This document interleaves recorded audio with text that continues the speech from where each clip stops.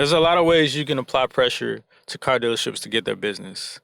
Mainly today, we're only going to be speaking about applying pressure to car dealerships where you had a positive interaction with them and not a negative interaction. The negative interaction, we'll probably talk about that on the video another day, or I might talk about it at the end, but depending on what the time is. But I'll probably only be speaking about the positive ones. But so say I go talk to, I don't know, Green Lot, Green Lot Autoplex or whatever on Monday, right?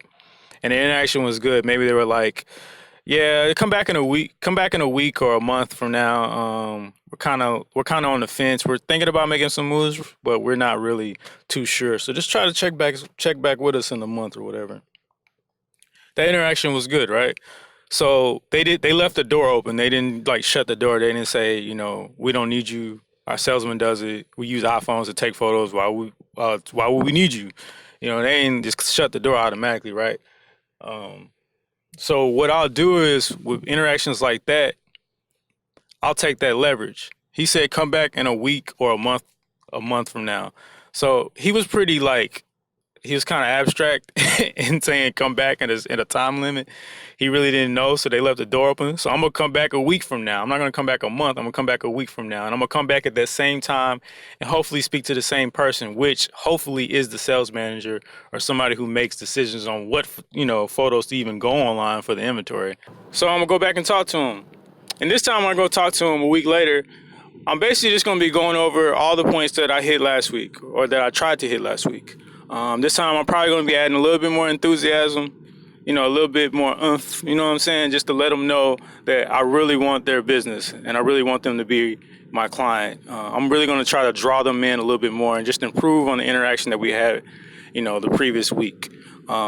So if I feel like their reaction to me the second time is a little bit more friendly or just as much friendly, but it's a little bit more like they're on the fence still, this time I might even try to draw them in with possibly a free shoot of one of their best looking cars. So I'll approach them like, okay, how about this? Give me one of your best cars out there on the lot. I'll shoot it for free. And this will let you know what all of your vehicles are going to look like once I'm finished shooting them. You just give them something free like that. I guarantee you, if they take that, you more than likely have them. Now, on the occasion that you don't get them and they're kind of on the fence and they're still kind of like, wavering a little bit, but it's still positive, you basically just feed off of that. You leverage that. You take that positive interaction and you approach them the next week, a week later.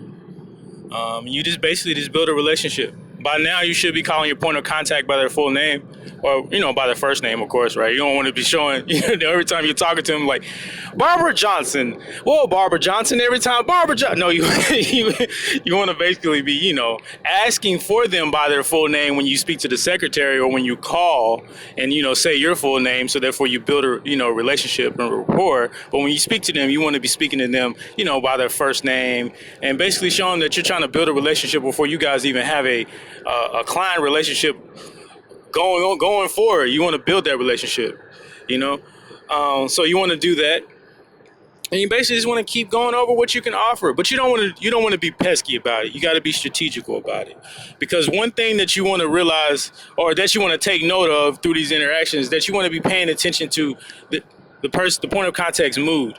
Do they seem annoyed? If they seem annoyed, you might want to back off. You might want to back off of, going. You might want to change that from a week to showing up maybe 2 weeks later. Or you might want to be a little subtle about it. Because the thing is, the goal in mind is to stay on their mind, but you don't want to be on their mind in a negative way. I think this is pretty much common sense, but in a time like this, a lot of things aren't common. So with that being said, just stay on their mind, but not in a negative way. So you approach them, and then the more you do it, you probably stayed on their mind, and eventually they're going to call you back, or they're going to tell you, hey, you know what? We have 5 cars coming in from the auction on Tuesday. When can you be here on Tuesday? You tell them a time. You tell them that you're front and center and that you're ready. That's usually how it goes. And what I'm telling you is something that has worked for me. All of my clients that I have right now, they turned me down the first time I went in there. None of my clients were first shots. None of my clients were Well, I went in there, did my pitch, and show them my work or whatever, and they were like, "Yeah, can you start next week?" It's never worked with that. It's never worked with any of them. All of my clients have usually been like, I've stopped by probably 3 or 4 times. Some of my clients I probably stopped by in there 10 times. I think one of my clients, it took me a year to get them. But of course, I wasn't stopping by every month. I was stopping by every now and then. But I kept a good relationship with them, and I was calling them by their first name, and I let them know that I was consistent. Because one thing that I've realized is that these car dealerships want to deal with photographers that are consistent, that are reliable, and that give them trustworthy work. So the first step to building that trusting relationship between you and the car dealership is to show them that you're consistent in wanting to get their business. You're consistent in wanting to help them provide, good looking auto vehicles to the region of where you are. You want to help them. You want to help them be able to get more cars from the auction, because if they're getting more cars from the auction, that means that they're selling more cars. You want to help them sell more cars. So you have to be consistent, in your visits with them. You have to be consistent in trying to get their business.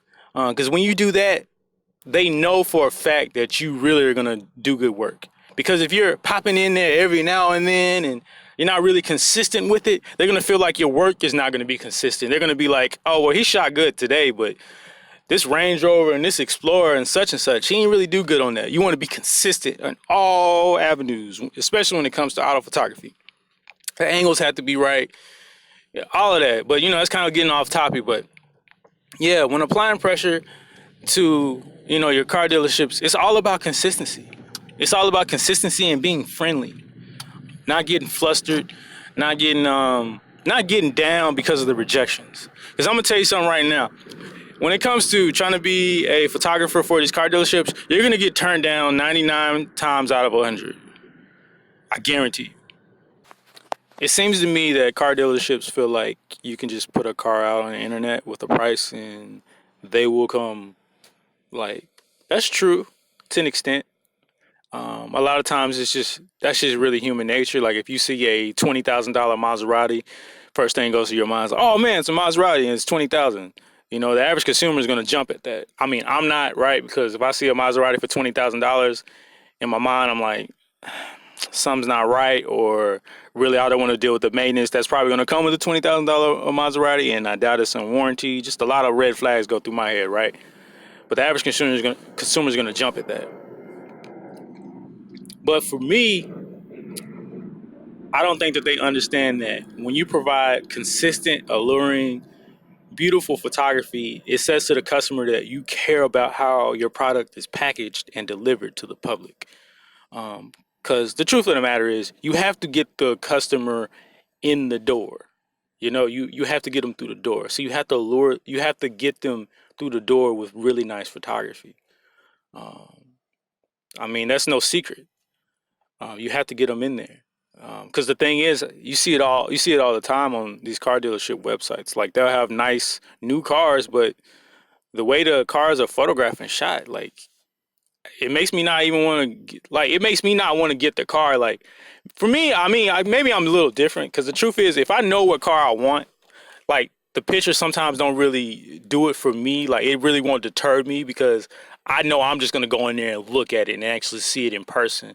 But I do know for the average consumer, they're drawn in by the pictures.